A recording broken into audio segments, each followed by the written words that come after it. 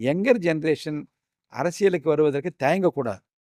நம்ம 80ல் எம்எல்ஏ ஆனப்போ எங்கள் அம்பத்தூர் சிஎஸ்ஐ கிருஷ்ணநாதர் ஆலயத்தை சேர்ந்த முதியோருடைய எங்கள் அப்பா லே பிரிச்சர் இந்த சர்ச். ஐயா என்ன ஐயா உங்கள் பையனை கொண்டு போய் சாக்கடையில் தள்ளிட்டீங்கன்னு கேட்டாங்க.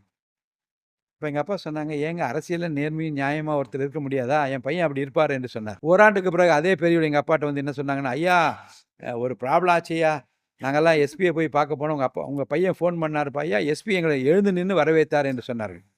கர்த்தருடைய பரிசுத்த நாமத்துக்கு ஸ்தோத்திரம். நம்ம சபையை சேர்ந்தவர்கள் அரசியல் ஈடுபாடு ஏன் வைத்துக் கொள்ள வேண்டும் என்றால், மற்றவர்களுக்கு உதவுகின்ற வாய்ப்பை கொடுக்கக்கூடியதாக அதை மாற்ற வேண்டும். தவறு செய்யாதவர்களாக நாம் இருக்க முடியும் என்பதை காட்ட வேண்டும். முன்மாதிரியாக நாம் இருக்க வேண்டும். கிறிஸ்துவை பிரதிபலிக்கின்றவர்களாக நாம் இருக்கக்கூடும் என்பதை மக்களுக்கு எப்படி தெரிவிக்க முடியும்?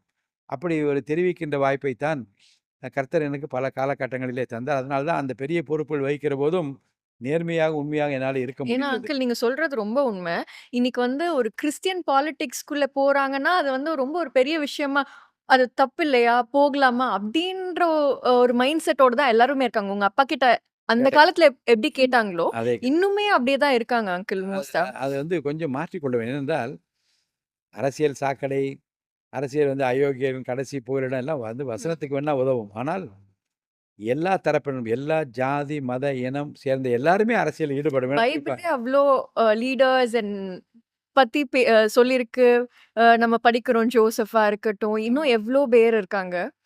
அவ்ளோ நல்லா வந்து அ ஆண்டாங்க. அவங்க இருந்த அந்த இடத்த. ஆண்டார்கள், ஆலோசகர்களாக இருந்தார்கள்.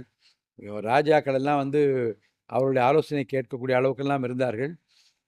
அது வந்து ஏன் வந்து அரசியலில் ஈடுபட மறுக்கிறார் என்றால், சில பேர் செய்கிற தவறு காரணமாகவும், சில பேரை பற்றி பரப்பப்படுகிற செய்திகள் காரணமாக பயந்து விடுகிறார்கள். ம். இங்கே போனால் நம்மளை வந்து குற்றம் சொல்லிடுவாங்களோ, நம்மளை ஜெயிலில் தள்ளிடுவாங்களோ, நம்மளை தவறாக பயன்படுத்துவீங்க என்ற அச்சம். ஆனால் அந்த அச்சமெல்லாம் கொஞ்சம் கொஞ்சமாக மறைந்து கொண்டு